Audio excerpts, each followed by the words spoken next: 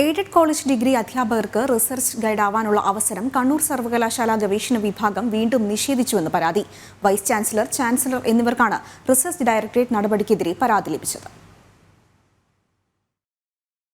കണ്ണൂർ സർവകലാശാല research directorate വീണ്ടും aided college അധ്യാപകർക്ക് റിസർച്ച് ഗൈഡുമാർ ആകാനുള്ള അവസരമാണ് നിഷേധിക്കുന്നത്. UGC നിയമം വളച്ചൊടിച്ച് തെറ്റിദ്ധാരണ വരുത്തുന്ന സമീപനം റിസർച്ച് ഡയറക്ടർ 2 മാസങ്ങൾക്ക് മുമ്പ് നടത്തിയിരുന്നു. ഇതേ തുടർന്ന് ശക്തമായ പ്രതിഷേധമാണ് അന്ന് ഉയർന്നത്. ഇതോടെ ഈ നിലപാട് പിൻവലിക്കുകയായിരുന്നു. ഒരേ യോഗ്യതയുള്ള UG PG അധ്യാപകർ തമ്മിൽ വേർതിരിവ് ശരിയല്ല എന്നതാണ് പ്രധാന വാദം. പ്രശ്നത്തിൽ അടിയന്തരമായി ഇടപെടണമെന്നാവശ്യപ്പെട്ട് KPCTA മേഖലാ president doctor Shino P Jose Kannur സർവകലാശാല വൈസ് ചാൻസലർക്ക് നിവേദനം നൽകി. നിലവിലുള്ള റിസർച്ച് ഡയറക്ടറും രജിസ്ട്രാറും ആണ് ഇതിന് പിന്നിലുള്ളത്.